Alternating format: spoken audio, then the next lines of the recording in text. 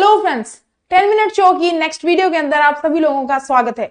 आज की वीडियो के अंदर हम लोग न्यूक्लियर रिएक्टर्स के बारे में बात करेंगे, किस प्रकार के रिएक्शंस इनके अंदर टेक्स प्लेस करते हैं और न्यूक्लियर रिएक्टर्स होते क्या हैं, ये करते क्या हैं, इनकी हमें नीड क्या है, ये सारी बातें हम लोग देखने वाले हैं और आपके पेपर के अंदर यहाँ से सवाल जो है वो बन जाता है।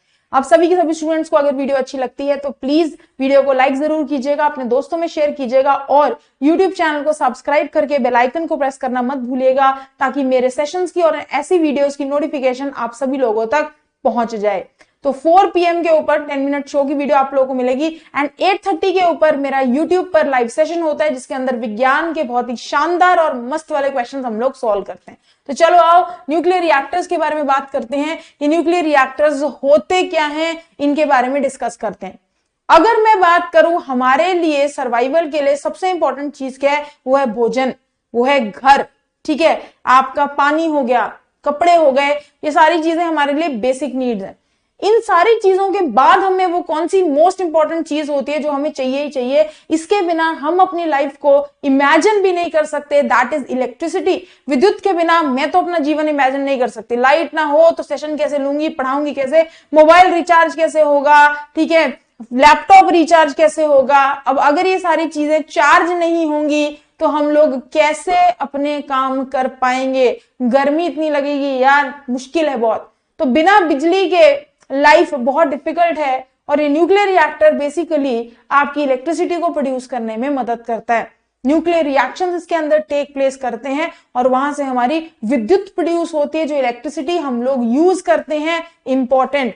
तो आपकी इलेक्ट्रिसिटी कमर्शियल इलेक्ट्रिसिटी को बनाने के लिए इस्तेमाल में आता है और फिजन न्यूक्लियर चेन रिएक्शन इसके अंदर टेक प्लेस करता है। वेपन्स की प्रोडक्शन हो गई, बहुत सारी रिसर्चेस करने के लिए न्यूक्लियर रिएक्टर्स जो है वो बहुत इंपॉर्टेंट है। अब न्यूक्लियर रिएक्टर्स के अंदर किस प्रकार का रिएक्शन टेक्स प्लेस करता है, सबसे पहले मैं बात करूंगी रेडियो एक्टिव एलिमेंट्स की। रेडियो एक्टिव तत्व जो होते हैं वो न्यूक्लियर रिएक्टर्स के अंदर होते हैं, ठीक है। ये रेडियो एक्टिव एलिमेंट्स की मदद से न्यूक्लियर रिएक्टर्स के अंदर हीट प्रोड्यूस होती है जिससे इलेक्ट्रिसिटी को प्रोड्यूस किया जाता है। अब विद्युत आपके रेडियो एक्टिव एलिमेंट्स हैं क्या, रेडियो धर्मी तत्व क्या हैं, ये ऐसे तत्व हैं जिनमें से समय समय पर रेडिएशंस निकलती हैं, इन्हें रेडियो एक्टिव एलिमेंट्स कहते हैं, ठीक है। मतलब अब होता क्या है, जैसे मान लो आपको यूरेनियम 235 बोलूं, एक रेडियो एक्टिव एलिमेंट है, कुछ समय के बाद इसमें से रेडिएशंस निकलेगी। जो रेडिएशन इसमें से निकलेगी, ठीक है, ये रेडिएशन क्यों निकालते हैं, अपने न्यूक्लियस को स्टेबल करने के लिए। इनका जो केंद्रक होता है वो स्थिर नहीं होता और अपने न्यूक्लियस को स्टेबल करने के लिए ये अपने में से कुछ समय पर रेडिएशंस को निकालते रहते हैं। इन रेडिएशंस के अंदर अल्फा पार्टिकल्स निकल सकते हैं, दैट इज हीलियम 42, ठीक है। इन रेडिएशंस के अंदर बीटा पार्टिकल निकलते हैं, दैट इज इलेक्ट्रॉन 0-1, या फिर इनके अंदर गामा रेज निकलती है और गामा रेज जो होती है वो सिर्फ और सिर्फ रेडिएशन है, कोई पार्टिकल्स आउट नहीं होते। तो अब रेडियो एक्टिव एलिमेंट्स के ऊपर जब फिजन रिएक्शन टेक्स प्लेस करता है तब वो न्यूक्लियर रिएक्टर्स इलेक्ट्रिसिटी को प्रोड्यूस करते हैं। गाइस, रेडियो एक्टिव एलिमेंट लिया, जैसे आपने रेडियो एक्टिव एलिमेंट लिया, इसके ऊपर न्यूट्रॉन को बम्बार्ड किया जाता है, फुल स्पीड पे न्यूट्रॉन आके इससे टकराता है। जैसे ही टकराता है ये टूटते हैं, जैसे ये टूटते हैं तो इनके टूटने पर बहुत सारी एनर्जी प्रोड्यूस होती है और इसी एनर्जी की मदद से आपकी इलेक्ट्रिसिटी बनाई जाती है, ठीक है। इनके टूटने पर ऊर्जा प्रोड्यूस होती है और इस ऊर्जा से इलेक्ट्रिसिटी बनाई जाती है। गाइस, ये याद में रखिएगा, वेरी वेरी इंपॉर्टेंट। ये रिलीज करते हैं kinetic energy, gamma radiation of free neutrons, जिसकी मदद से हीट बनती है और हीट की मदद से आपकी विद्युत को बनाया जाता है। तो न्यूक्लियर रिएक्टर्स बेसिकली इलेक्ट्रिसिटी को बनाने में यूज में आते हैं। लेकिन क्या आप लोगों को पता है कि यार न्यूक्लियर रिएक्टर्स के अंदर जो रेडियो एक्टिव एलिमेंट्स यूज किए जाते हैं they are very harmful. Radioactive elements बहुत अच्छे नहीं है, ये बहुत हार्मफुल है। अगर डायरेक्ट कॉन्टैक्ट के अंदर ह्यूमंस आते हैं इनके साथ तो बहुत सारी बीमारियां हो सकती हैं, बहुत सारी दिक्कतें आ सकती हैं। तो आप लोगों का अब कर्तव्य क्या बनता है कि इलेक्ट्रिसिटी को वाइजली यूज करो। ये थोड़ी ना बिजली ऑन की, चलो जी बाहर इधर उधर घूम रहे, लाइट पंखे ऑन है, मैं कभी भी अपने लाइट पंखे ऑन छोड़ के नहीं जाती कहीं पे, सीरियसली सेइंग।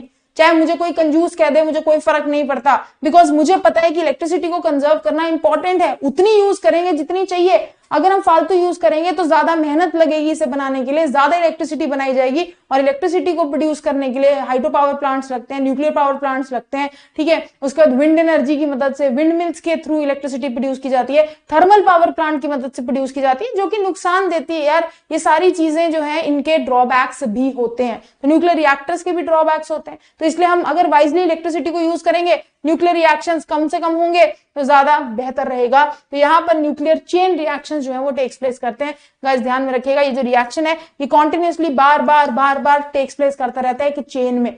फिजन का मतलब होता है जब एक न्यूक्लियर आपका टूटता है छोटे छोटे न्यूक्लियस में, उसे फिजन कहते हैं।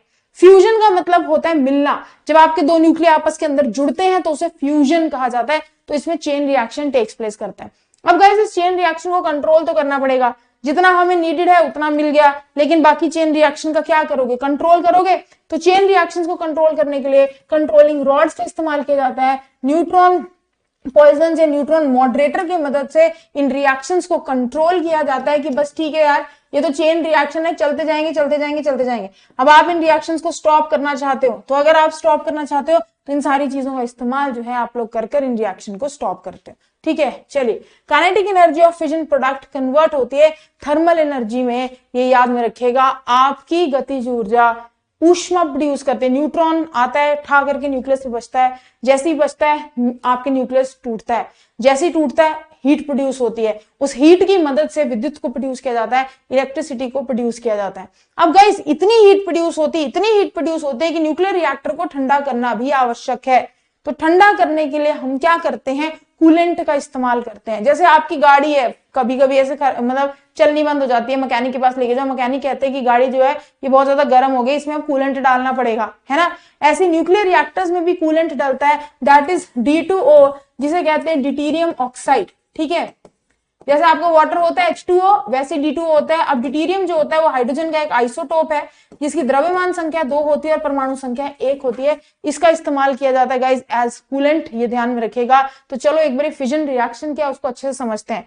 आपका तेज न्यूट्रॉन को फुल स्पीड के ऊपर आपके एक न्यूक्लियस पे बम्बार्ड किया जाता है, टकराया जाता है, जिससे ये दो पार्ट्स के अंदर विभाजित होता है। न्यूक्लियस जब टूटता है तो समय में बहुत सारे ये इंसिडेंट न्यूट्रॉन्स हैं, ये निकल गए, बहुत सारी हीट निकल गई, बहुत सारी रेडिएशंस आउट होती है और इसके कारण हीट प्रोड्यूस होती है। वेरी वेरी इंपॉर्टेंट, ये याद रखिएगा। और ये रिएक्शन चेन रिएक्शन चलता जाएगा चलता जाएगा चलता जाएगा। इसको स्टॉप करने के लिए कंट्रोलिंग रॉड्स और बहुत सारी चीजों का इस्तेमाल किया जाता है कि बस यार अब इतनी हीट प्रोड्यूस हो चुकी है कि इस हीट से हम लोग एनर्जी को प्रोड्यूस कर लेंगे, अब इस रिएक्शन को थमा देना चाहिए, तो इसको रोका जाता है। बहुत ज्यादा हीट जब प्रोड्यूस हो जाती है तो उस केस के अंदर ड्यूटेरियम ऑक्साइड को डाला जाता है, उसको क्या करने के लिए, कूल करने के लिए एज अ कूलेंट। फ्यूजन का मतलब क्या होता है, जब आपके न्यूक्लियस जैसे ड्यूटेरियम है, ठीक है, ट्रीटियम है, ये आपस के अंदर मिलकर फ्यूज कर जाएंगे, इसे कहेंगे न्यूक्लियर फ्यूजन। फ्यूजन के समय में भी बहुत ज्यादा एनर्जी रिलीज होती है। क्या आप लोग जानते हो हमारी सन के अंदर कितनी हीट है, सन के अंदर कौन सा रिएक्शन हो रहा है जिसकी वजह से इतनी हीट प्रोड्यूस हो रही है, न्यूक्लियर फ्यूजन। आपके हाइड्रोजन बॉम्ब होते हैं, जैसे बम ब्लास्ट होते हैं, कितनी हीट प्रोड्यूस होती है, उनके अंदर भी जो रिएक्शन टेक्स प्लेस होता है न्यूक्लियर फ्यूजन होता है। कभी कभी एग्जामिनर क्वेश्चन पेपर में पूछ लेता है कि रेडियो एक्टिव एलिमेंट कौन से हैं, आपको पता होने चाहिए। वो ये क्वेश्चन आपसे पूछ सकता है कि आपके हाइड्रोजन बॉम्ब के अंदर या फिर सन के अंदर कौन सा रिएक्शन टेक्स प्लेस हो रहा है, न्यूक्लियर फ्यूजन टेक्स प्लेस हो रहा है। ये सारी बातें आपको ध्यान के अंदर रखनी है। और ये आपसे पूछा जाता है कि न्यूक्लियर रिएक्टर के अंदर कूलेंट के तौर पर किसको यूज किया जाता है, ड्यूटेरियम ऑक्साइड D2O, ये भी ध्यान में रखिएगा गाइस। ऐसे ही शानदार तरीके के लिए, ठीक है, पढ़ने के लिए आप लोग ज्वाइन कर सकते हैं एसएससी लैब के यूट्यूब चैनल पर। 8:30 बजे मेरी क्लास लाइव होगी, मस्त तरीके से साइंस करेंगे, एक एक चीज को डीपली समझकर। दूसरा 4 PM पे आपको 10 मिनट शो मिला करेगा। तीसरा, कोई स्टूडेंट अगर लैब पे कोर्स लेना चाहता है तो lab.live वेबसाइट के ऊपर जाकर एक कोड लगा सकता है lab343 और पेड कोर्सेज के अंदर इनरोल हो सकता है। गारंटी मेरी है कि एग्जाम क्वालिफाई होगा, गारंटी मेरी है कि शानदार तरीके से होगा। पूरे पेड बैच में हर एक टीचर इतने मस्त तरीके से आपको पढ़ाएगा कि सफलता की गारंटी मैं आपको यूट्यूब पे लाइव खड़े होकर ले रही हूँ। आप बस ज्वाइन करो, मेहनत करो।